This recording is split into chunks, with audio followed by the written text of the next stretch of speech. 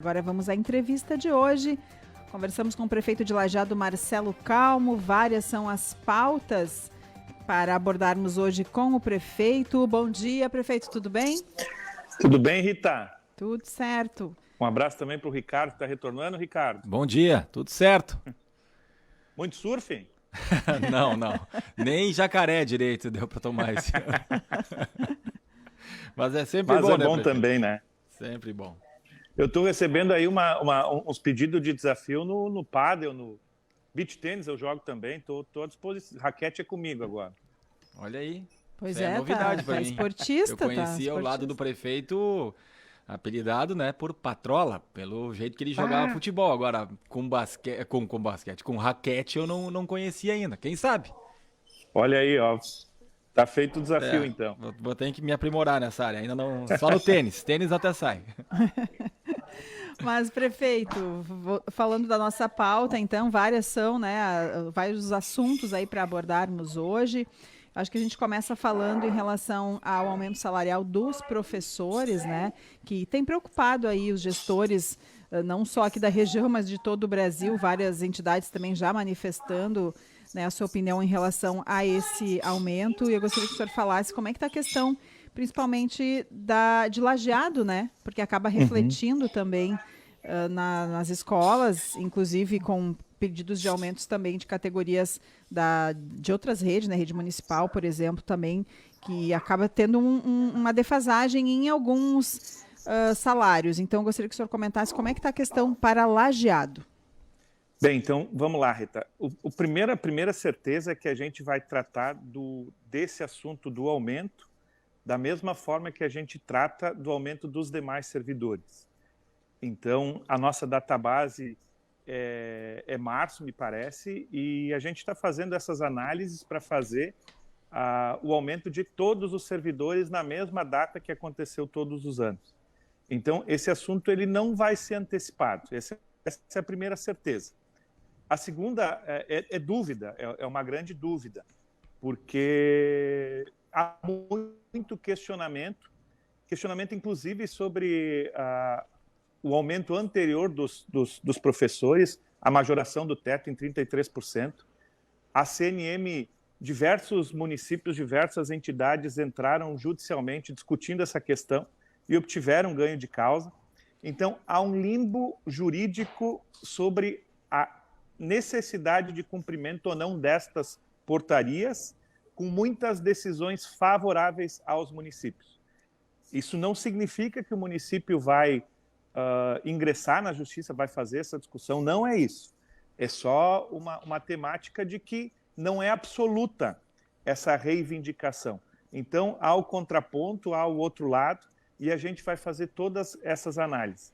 E como eu te disse, vamos levar essa análise para um momento oportuno, que vai ser com a majoração do salário de todos os servidores. Na nossa política assim, salarial, nós adotamos um índice padrão, que é o IPCA, e se faz uma correlação com o IPCA para deferir a majoração dos salários.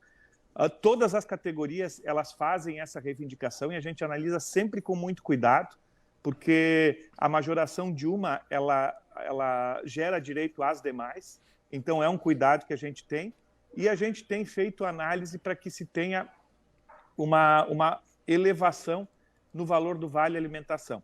O valor do Vale Alimentação a gente não tem definido ainda, mas são os cálculos, são os componentes que estão norteando a análise desse, que é sempre um tema que é muito importante de ser discutido, de ser debatido. Então, são esses elementos que compõem essa análise sobre essa temática toda. Sabe dizer, prefeito, em quanto que estaria o IPCA? Porque depende do mês que é utilizado como base, né? Se é de fevereiro a fevereiro, se é de março a março. Eu não sei o que a prefeitura está projetando já dentro desse reajuste de março, então. Em torno de 6% IPCA. Em torno de 6%. Depende do fechamento ainda do índice em fevereiro. Deve acontecer lá até o dia 10 de fevereiro, mas deve ser em torno disto. E isso valeria, então, para os professores também? Seria o mesmo reajuste do que os demais servidores municipais? É nessa linha que a prefeitura trabalha? Essa é a linha geral. E aí depois a gente vai fazer análise dessas situações excepcionais. Como, por exemplo, essa portaria que vem da União, que é questionada por muitas entidades, por ser considerada irregular, por utilizar uma base revogada já do Fundef. Então, a CNM orienta os municípios a que cada um tenha a sua autonomia para deferir essa majoração. No ano passado, nós acolhemos a sugestão e foi dado, e a gente cumpre o piso hoje sugerido. Que é de quanto que está sendo pago em Lajeado? O piso, eu acho, eu não tenho esses números absolutos, mas é em torno de R$ 3.800. Uhum. E isso teve esse aumento de 33% no ano passado? Isso, esse considerando já o aumento do ano passado. Agora surge a nova portaria sugerindo aumento de 15%. 14,9%. Estaríamos falando de quase 50% em 2 anos, é isso? Perfeito. Então, são elementos, são números que a gente vai analisar. E se tem uma previsão de conversas, porque até o próprio sindicato dos professores municipais andou emitindo nota nas suas redes sociais, reivindicando um aumento, mesmo que isso vai ser debatido lá em março, antes disso, né? Daqui a pouco na semana que vem, nas próximas semanas, se tem essa possibilidade de conversação com o sindicato para ver algumas outras alternativas, prefeito? A gente sempre está à disposição e sempre mantém diálogo, sempre que há o pedido de pauta pelo sindicato, a gente faz questão de sentar e conversar. Mas como há uma alteração da sistemática, antes a gente marcava, conversava e aí se divulgava. Agora o sindicato preferiu primeiro divulgar e depois pedir para conversar. Então nós também estamos divulgando já quais são os nossos argumentos, o que vai ser balizado e, de fato, a decisão vai ser tomada lá quando do aumento geral de todos os servidores, naquela data base. O que podemos dizer, pelo que eu estou entendendo da sua resposta, é que até março não terá modificação do salário do servidor público municipal na área da educação, professor, no caso. Exato. Isso é uma certeza. Isso é uma certeza, sim. E são quantos professores, tem ideia, prefeito Calmo? Na rede municipal? A rede toda, considerando todos os profissionais da educação, são em torno de 1.200, 1.300 profissionais. E se a gente separar só seria para todos ou só os professores? Não, porque aí ainda estão monitores que eles são vinculados ao quadro geral, não ao quadro do magistério. E número de professores, eu acredito que seja em torno de 500, 600 professores. E esse reajuste seria específico para esses 500, 600 profissionais? Aí tem outra discussão, né? Uma parcela muito significativa, ela já ganha acima do teto. E aí o reajuste, são elementos, né? O reajuste, ele seria necessário também para esses profissionais ou não? Ou esses profissionais que já ganham acima do teto, eles se enquadram na categoria geral de todos os demais servidores. São todos elementos que a gente traz à baila e fazem parte da nossa análise completa, então, para a definição do vencimento dos servidores municipais. Prefeito, uma vez que o MEC, então, confirmou esse reajuste, né, aponta esse reajuste, e não sendo colocado em prática pelos gestores, tem algum tipo de consequência isso? Como é que fica, né? Porque se eles apontam e gostariam que fosse feito, né? Sim. Mas a gente sabe que as condições às vezes não permitem, enfim. Como é que fica isso? Tem alguma consequência? Essa é a lacuna jurídica que existe desde o aumento do ano passado, porque o MEC indicou o aumento dos 33%. Houve ação civil pública, houve ação isolada de muitos municípios, houve ação de diversos organismos, enfim. E foi reconhecido o ganho de causa para esses organismos, de que não seria auto-aplicável esse aumento de 33%, a gente falando do aumento anterior. E mesmo com as decisões judiciais, a União não fez a correção ou as adequações que seriam necessárias para fazer a vinculação dessas portarias para aplicação para os municípios, para os estados, enfim. E agora repete a mesma sistemática do ano passado, sugerindo esse aumento de 15%. Então, os argumentos para questionar essa portaria, eles são muito robustos, inclusive com ganho de causa já na justiça para os municípios, para os estados. O município de Lajeado, ele cumpriu ano passado a portaria. Eu não estou dizendo que não vai ser cumprida, que a gente não vai fazer o esforço para que se cumpra, para que ninguém ganhe menos do que o piso. Agora, não significa também que a gente vai dar um aumento de 14,5% para toda a classe da educação. Ela precisa ser valorizada, sem dúvida nenhuma. Os avanços foram muito grandes no ano passado, com aumento significativo da contratação de professores, da garantia de 1/3 de hora atividade para cada um dos professores, do encaminhamento, então, desse aumento de 33% no básico no ano passado. Não foi aumento de 33%, mas ninguém em Lajeado ganha menos do que o básico sugerido. Enfim, como a gente ainda está numa fase preparatória, é importante a gente trazer para a população, e também nessa entrevista, quais são os elementos, quais são os componentes que eles são trazidos à mesa para a definição desse valor. E é um tema amplo, um tema complexo, mas que envolve muitas pessoas e por isso a importância. Eu acho que está sendo bem didático aí o prefeito colocando seus pontos, mas não estaríamos talvez debatendo tanto se não fosse pela pergunta que eu vou fazer agora, que é o quanto impacta nos cofres municipais se tivermos esse reajuste. Esse cálculo já existe ou tem uma estimativa, prefeito? Porque se fosse alguma coisa que não mudaria muito, talvez o prefeito ia dizer, não, vamos lá, vamos acatar. Agora a gente sabe que tem esse impacto também e daqui a pouco vai ser um valor a mais que vai ser colocado na educação e daqui a pouco não será utilizado em outras áreas. Nós não temos esse cálculo ainda, Ricardo. Até porque a gente trabalha com essa data de março para a efetivação de tudo isso. Esse projeto de lei, como a gente depende do índice do dia 10 de fevereiro para conseguir o índice que fecha o índice do IPCA dos últimos 12 meses, a gente tem ainda essas 2 semanas, mais ou menos, onde vai iniciando a formulação de todos esses estudos para a definição do valor. Eu não tenho agora a repercussão de quanto representa, mas nós temos, de fato, o interesse da implantação da Guarda Municipal, que conta com um contingente importante assim, de servidores.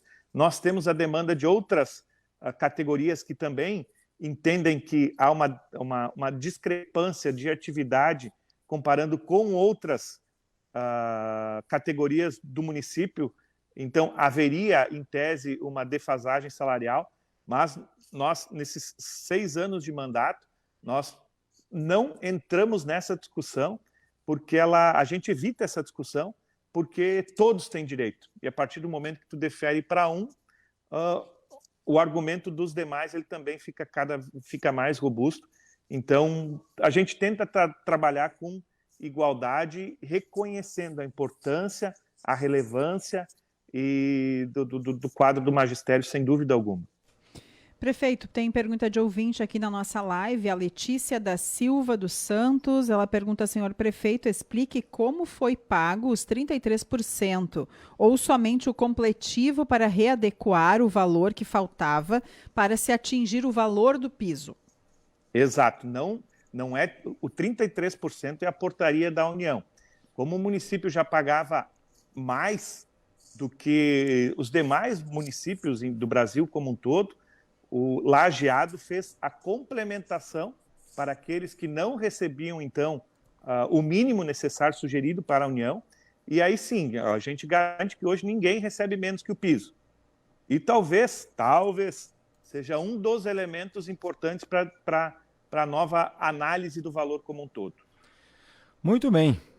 Discorremos bastante sobre esse assunto aí dos professores, mas tem outras pautas aqui, prefeito, como, por exemplo, as barreiras ecológicas, um projeto que eu sei que até a própria vice-prefeita Gláucia Schumacher puxou à frente, junto com o secretário Benoit do Meio Ambiente, e 57 quilos de resíduos flutuantes que já foram recolhidos através dessas barreiras ecológicas do Arroio Engenho.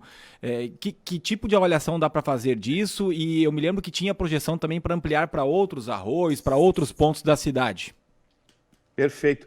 É uma ação muito simples e uma ação que se mostra muito efetiva, porque se não tivesse a barreira, tudo isso estaria sendo encaminhado para o Rio Taquari.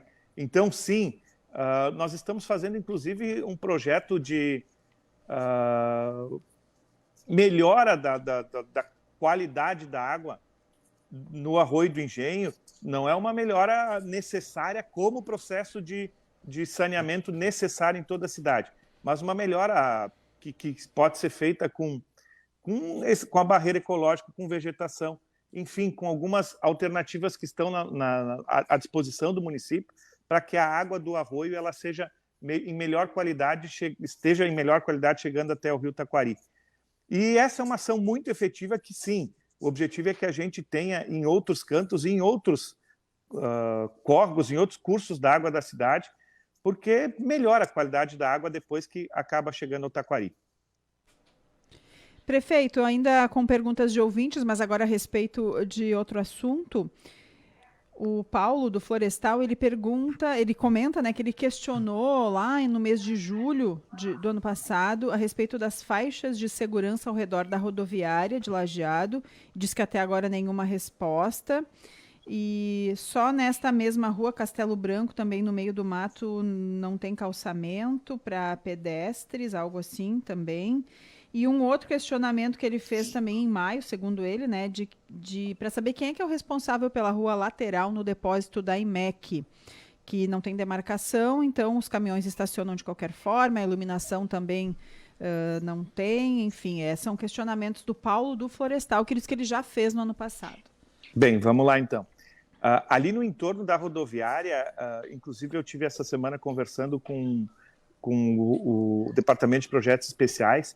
A gente quer fazer a implementação das rótulas para retirada das sinaleiras ao longo da Benjamin Constant. São 2 rótulas, uma no entorno da rodoviária e das câmaras mortuárias, e a outra na outra ponta, aonde era mais ou menos o Corpo de Bombeiros, um pouquinho antes. A gente entende que essas rótulas elas fluiriam o trânsito e por outro lado, a rótula ela tem a possibilidade de uma travessia segura para o pedestre. Na Castelo Branco, vou encaminhar o pedido, então, para que a gente faça o reforço da sinalização ao longo da via, que ela tem uma extensão significativa e acredito, sim, que seja uma via de trânsito rápido, então é importante ter essa sinalização toda contemplada. E sobre o CD da IMEC, aquela alça, ela faz parte da responsabilidade da EGR. Então, estamos conversando com a EGR também de melhorias ao longo da 130 e depois que as ruas paralelas estiverem concluídas, e a expectativa é de que na semana que vem a gente tenha o início do asfaltamento lá nas proximidades do CD da Benoit, aonde vai acontecer também a elevada que vai fazer a rotatória toda do trânsito. A expectativa é de que semana que vem inicie o asfaltamento, e aí a gente começa a projetar o deslocamento do trânsito para essa via paralela, para então fazer a escavação da 130, possibilitando a colocação depois da ponte, que vai ser fundamental para que todo esse mecanismo siga funcionando. Então, são alguns trabalhos, algumas iniciativas a título de mobilidade que estão constantemente sendo analisadas pela Prefeitura, visando a melhoria para todo usuário. Prefeito de Lajeado, Marcelo Calmo, a ouvinte Marta Niederli Marazini diz... ela pergunta por que, e olha que volta e meia aparece essa rua aqui, prefeito, por que não estão trabalhando mais na rua João Reinaldo Safran? Desde o dia 19 de outubro está parada essa obra. E por que, segundo ela, São Bento não existe no mapa da prefeitura? Ela disse que essa rua Safran foi aberta pelo seu bisavô e que o avô foi um dos primeiros a abrir um trilho lá em Conventos, enfim, mas a reclamação em relação a essa rua. Não é verdade que não estão trabalhando, porque eu passei lá, inclusive, essa semana, e o pessoal está trabalhando nos alicerces da ponte. Mas, além do asfalto, há um córrego que cruza a rua, e o pessoal está trabalhando na ponte agora, para depois, quando a base está praticamente pronta, depois que a ponte estiver pronta também ocorre o asfaltamento de toda a via. São Bento tem um dos maiores equipamentos públicos que Lajeado tem, um dos maiores, sem dúvida, que é o parque de eventos, o parque de rodeios. Então, o São Bento, sem dúvida, recebe uma atenção, e como todos os demais bairros, e sim, são alguns equipamentos que a gente precisa melhorar e vamos analisar sim para estar fazendo esse atendimento. Prefeito, duas ouvintes fazem questionamentos semelhantes. Uma delas é a Graziela de Alto Conventos e a outra é a Ivete, mas ela não disse de onde. Mas em relação à iluminação pública, né, aos valores cobrados, elas têm essa dúvida.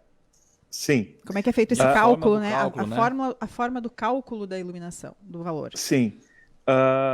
Vocês lembram que essa discussão ela iniciou ano passado por conta do processo de PPP da iluminação pública. Sim. Esse processo ele está em análise pelo Tribunal de Contas, que é um pré-requisito, e agora a data que a gente trabalha para a publicação do edital é 3 de março. Então, os processos eles ocorrem paralelos, o Tribunal de Contas faz a revisão de toda a documentação e a gente pode estar preparado para a publicação do edital.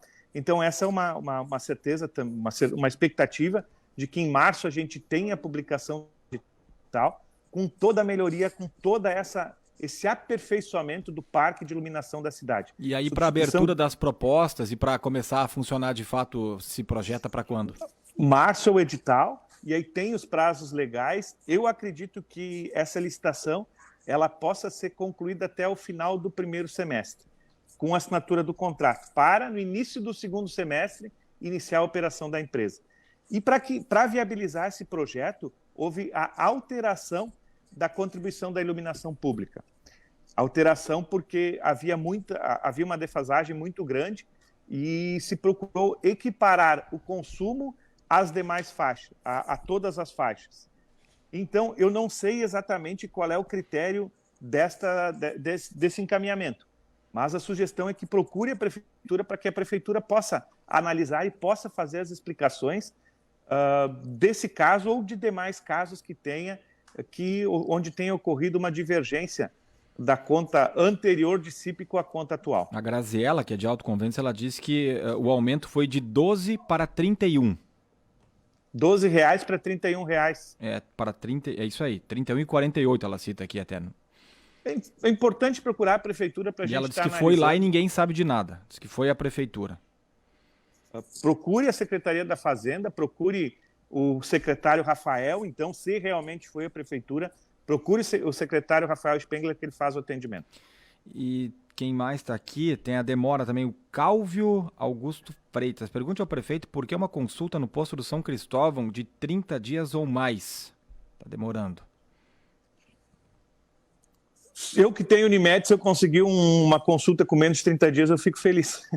Então, depende também da demanda, depende da procura e precisa saber exatamente qual é o caso, qual é o tipo de profissional, se é consulta com clínico, se é consulta com especialistas.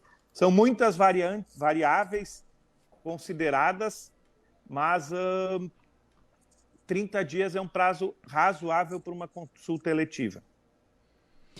Tá certo, prefeito. Teríamos mais algumas perguntas. Vamos encaminhar, né, Ricardo, algumas situações aí para o prefeito. Obrigada pelas informações. Um bom fim de semana. Grande abraço a vocês e até mais. Até mais. Prefeito de Lajeado, Marcelo Calmo, lembrando que na quinta que vem é aniversário de Lajeado, a gente já falou em outros momentos, fizemos entrevistas exclusivas sobre esse assunto aqui com o Carlos Exigel, com a Thalita, também da Secretaria de Cultura e Turismo, e na quinta que vem vai ter a inauguração das Águas Dançantes lá do Parque Ney Santos Arruda. A gente vai certamente falar mais, o prefeito vai voltar a falar conosco também na semana que vem sobre o aniversário e sobre outras pautas aqui na nossa programação.